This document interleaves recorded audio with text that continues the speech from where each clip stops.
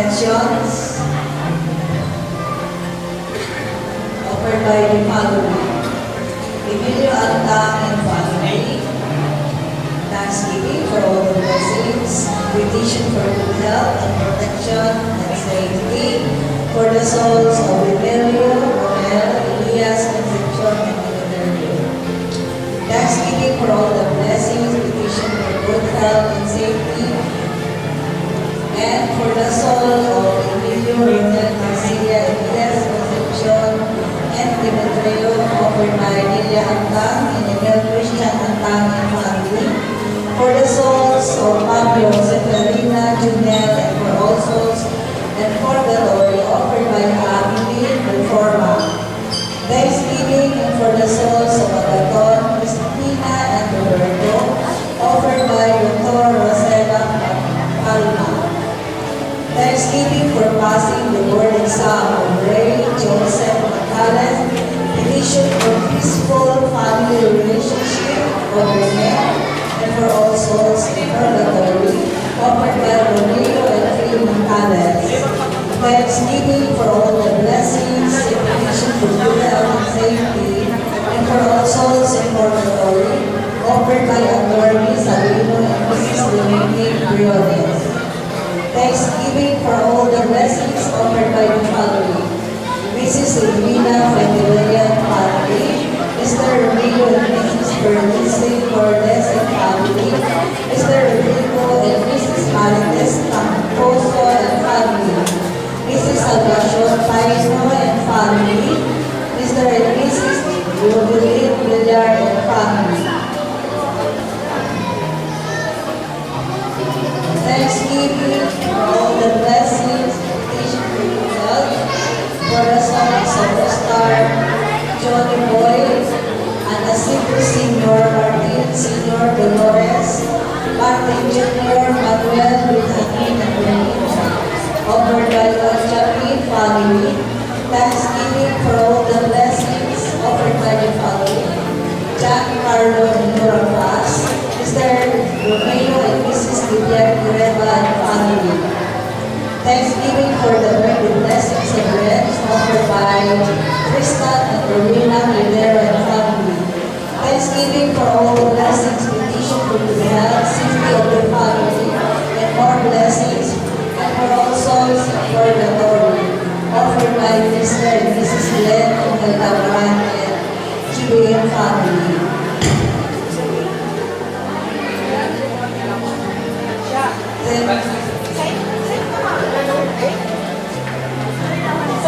Thanksgiving for all the blessings offered by Mr. Joseph Cardinal and family, Mr. and Mrs. Jomar Ochamin.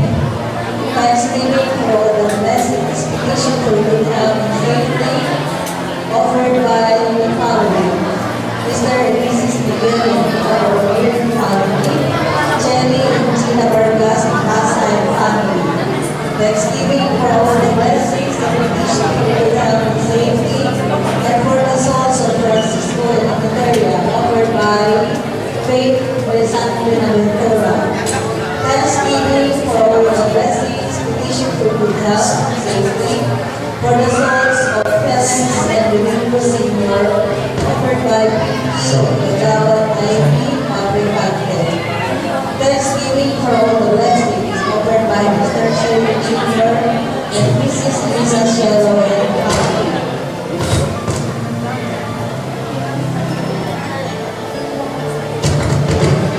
Thanksgiving for the good health and for the souls of Vicenta, Andrea, Mario, Servicio, Bernal, Rainier, Richard, Mariano, offered by Lindsay Jose and Lorena Belma Carrasco.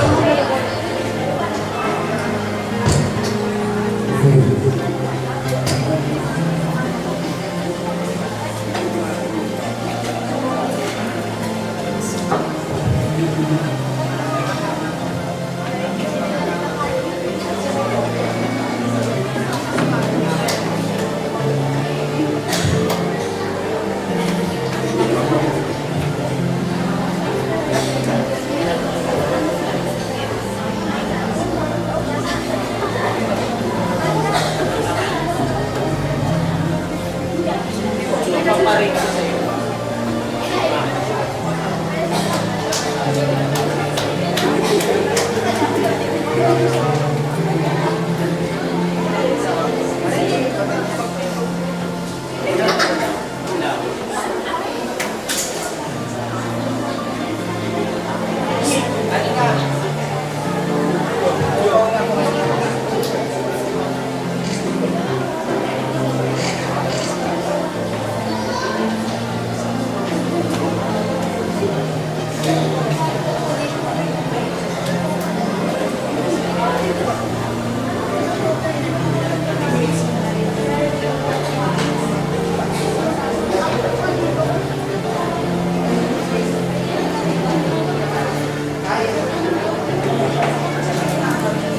Thanksgiving for all the blessings in gift, in life, for the family, for good health, safety, long life, prosperity, abundance, and peaceful family. And for the soul of Mr. Marcelino, Elias Sr. and Mila, Mildred Narciso Sr. of Julia Clareta, Jenny Adan, and Miss Acomon of Hermari, Mr. and Mrs. Elias Lima Jr. and family. For the soul of Henna Rosso and Lily offered by the Jola family.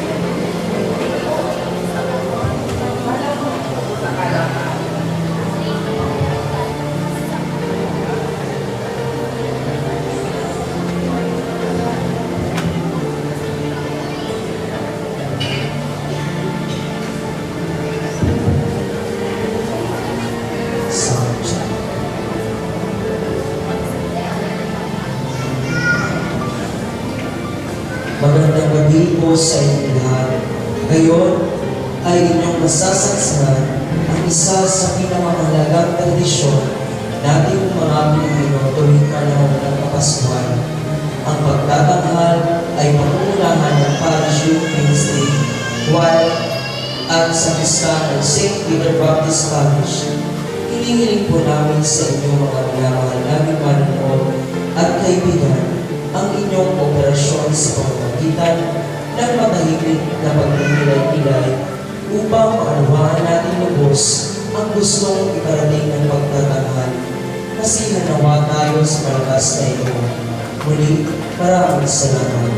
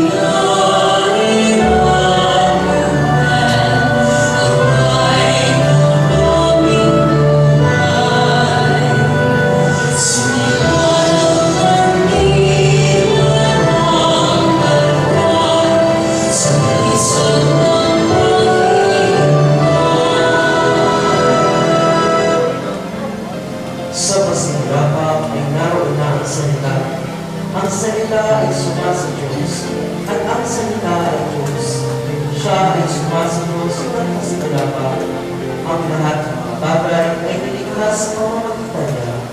Kung wala siya, ay walang anong nilikhang bagay na nilikha.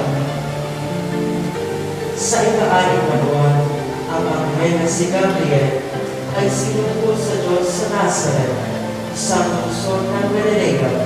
Sinugo siya sa isang dalagang bebé na nagpangalang Maria. Ito ay pinagkasundo kapangasawa ng isang lalaki na nangalang Jose. Si Jose ay mula sa angkan ng David, at ang pangalan ng dalagang bebé ay Maria. Binabati kita, ikaw na binalugdan. Ang Panginoon ay kasama mo. Kapuri-puri ka sa mga kababaihan. Nang makita ni Maria at Angel, siya ang nagnaman sa kanyang nakita at pinag-isipan niya kung ano kaya niya para ito. Huwag kang matakot, Maria, sapagkat nasumbungan ka ng biyaya ng Diyos. Ikaw ay magdadalang tao at mga anak ng isang lalaki. At ang ipapangalan mo sa kanya ay Jesus. Siya ay magiging dakila at tatawagin ng anak ng kataas-taasan. Ibibigay sa kanya ng Panginoong Diyos ang trono ni David na kanyang ninuno. Siya ay mag-ahari sa tahanan ni Jacob magpakailanman at ang kanyang pag-ahari ay hindi mawawalas. Paano ito makikilala? Lamang ako ay pananalaan ng lawan sa mga langit. Darating sa iyo ang banal na Espiritu at ang kapangyarihan ng kataas-taasan ang dinidig sa iyo. Dahil dito, ang banal na ito na iyong ipapanganak ay tatawagin anak ng Diyos. Narito, ang pinsan mo si Elizabeth ay nagdadalang tao rin ng isang anak na lalaki sa kanyang katandaan. Ito ngayon ay ka-anim na buwan ng kanyang pagdadalang tao. Siya na tinatawag na bao. Ito ay sapagkat sa Diyos ay walang anumang bagay na hindi mangyayari.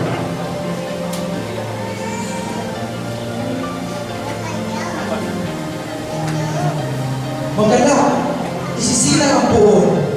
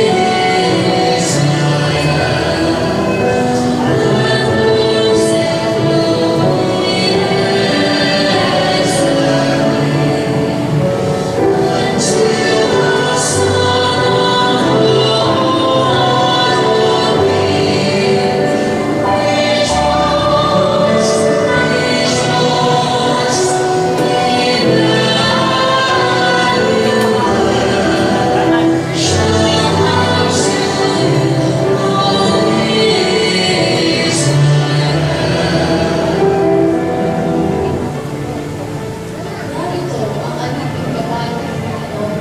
Mangyari sa akin ang ayon sa iyong salita. At iniwan siya ng angel.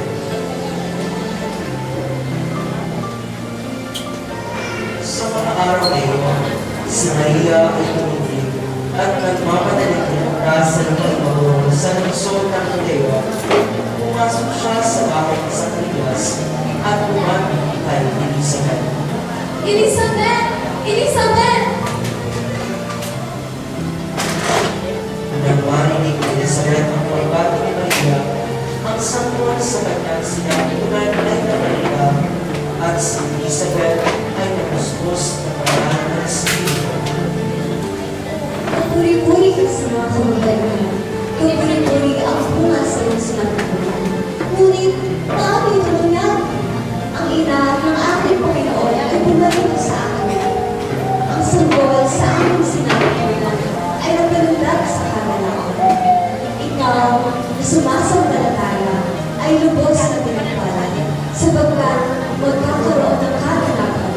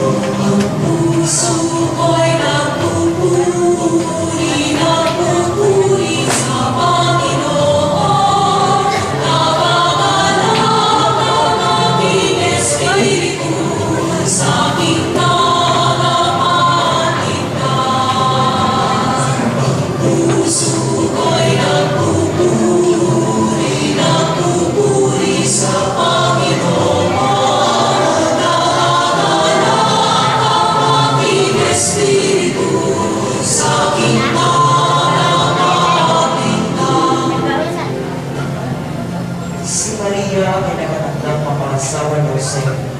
Ngunit bago pa sila nagsama, si Maria ay natagpuang nagdadalang launa sa pamamagitan ng banal na Espiritu. Si Jose na kanyang asawa ay lalaki maliit at hindi niya ginusto si Maria sa kanila si Maria. Kaya nagpasya siyang lumalayan ng ring sa Maria. Samantalang, iniisip niya ang mga bagay na ito.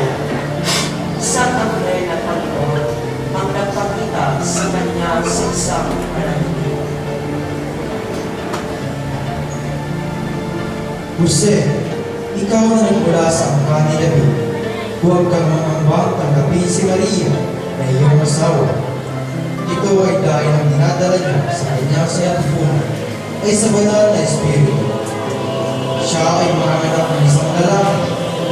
Ang ipangalan mo sa kanya ay Jesus, sapagkat iniligtas niya ang kanyang mga tao sa kanilang kasalanan.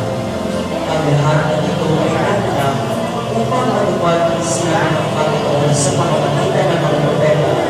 Sinabi nila, narito, isang lalaking birhen ng magdadalang tao at manganganak ng isang lalaki. Tatawagin nila siyang Emmanuel, na ang ibig sabihin, ang Diyos ay sumasaalin. Huwag kang mangamba. Sa pagbangon ni Jose mula sa pagkakatulog, ginawa niya ang ayon sa pinag-utos sa kanya ng anghel ng Panginoon. Tinanggap niya si Maria upang maging asawa. Hindi niya sinipingan ng kanyang asawa hanggang sa ipanganak niya ang kanyang pangalan na anak na lalaki. Pinangalanan siya ni Jose na Jesus. Nang mga araw na iyon, na lumabas ang isang batas mula kay Augusto Cesar na nag-utos na dapat magpadala ang buong sanlibutan. Ang pagpapatala nito ay unang nangyari nang si Sereneo ang gobernador ng Syria. Ang lahat ay pupunta upang makapagpadala, bawat isa sa kanyang sariling puso. Si Jose ay umakuti mula sa Galilea, mula sa lungsod ng Nazareth, patungo sa Judea. Sa dahilan siya ay magbilang sa masasampayanan at ang kanilagin. Siya ay umawag sa lungsod ni David na tawag na Bethlehem. Siya ay umawag upang magpadala kasama si Maria na ipinagkasundo ng mga Samaria at kaluwanan ng ni Maria.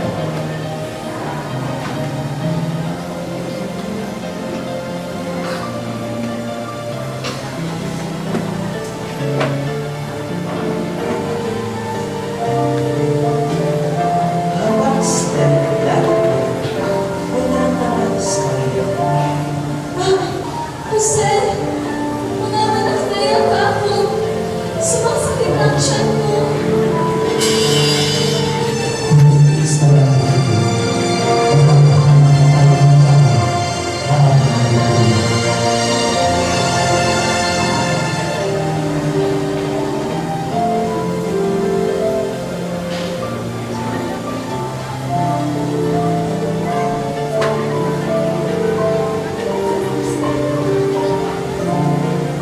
Ayun, may isang tahanan. Halika at ating puntahan.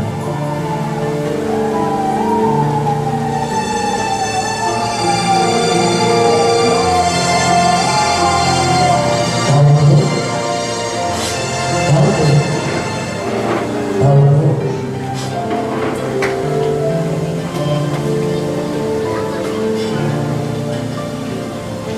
Ang naging kung may mahal,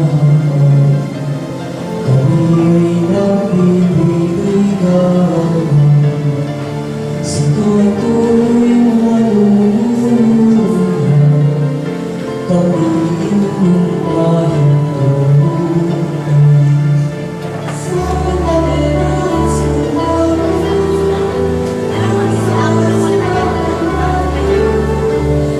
Thank you.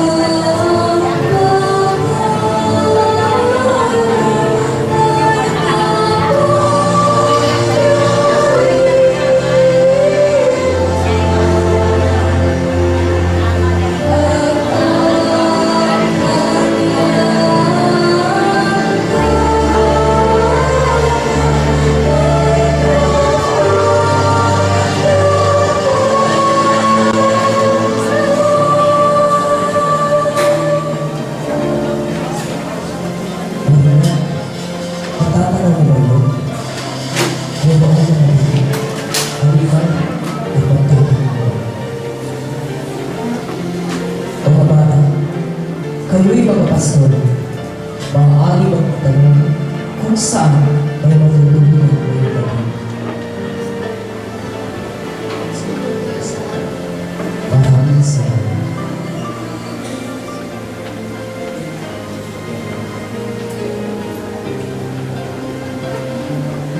Jose, nasa na ang batang ating sinusunod?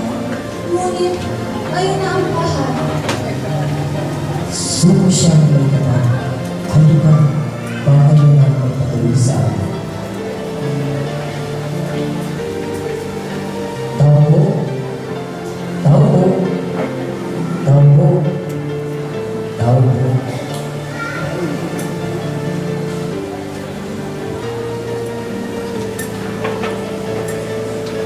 Oh, ano't tuwing-gabi na nasa lansangan pa kayo? Ano ba ang kailangan mo? Bahala mo na. Ang asawa ko rin na namin kailangan. Maaari po kami magpatuloy sa inyo. Siya nga po, mahal na ina. Nararamdaman ko po na malapit na akong maanak. Oh, paano ba yan? Maliit at masikip na ng aking tahanan. Hindi tayo makakasya dito. Pero, kung gusto ninyo, mayroon akong tulungan ng hayop na maaari na matulungan. Maraming salamat po, mahal na ina. Napakabuti ng inyong kalooban. Diyos na po ang bahalang inakin sa inyong kabutihan. Oo, ang kailangan. Dahil sa kulungan ng hayop, ay hindi kailangan ng